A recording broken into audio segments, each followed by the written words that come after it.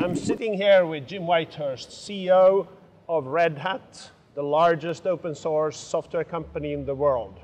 Welcome to the School of Herring, Jim. It's great to be here. Thanks for having me.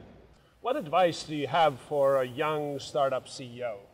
Well, I think the mistake a lot of young CEOs have is they feel like they need to grow up. And what I mean by that is, traditional organizations have become a lot more buttoned down, more staid. In fact, traditional management theory says people aren't emotional, and so let's abstract emotion out of the equation. But actually, I would argue that's a mistake of the traditional management model. And to be effective, the primary thing a CEO needs to do is make a connection with the people who are working for them. So rather than thinking about driving performance, it's all about how do you create the context in which your people can perform their best.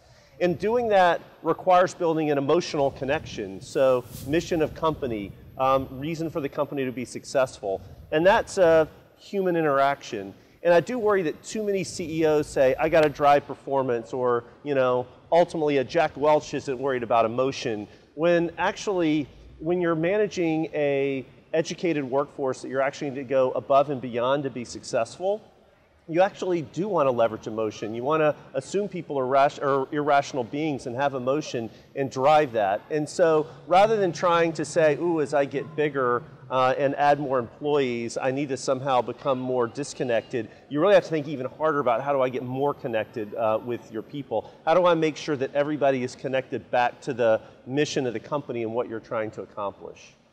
Wonderful. So you're saying recognize that people have emotions and use them as a leadership method and drive with purpose and mission for your organization towards the goals. Absolutely. The best advice I ever got is there are 3 levels of leadership. Getting people to do something because they have to, right? Getting people to think what you want them to think and therefore acting based on their own volition, and then getting people to believe what you want them to believe, and then they'll walk through walls for you. A great CEO gets their people to believe what you want them to believe, and they're going to walk through walls to make you successful.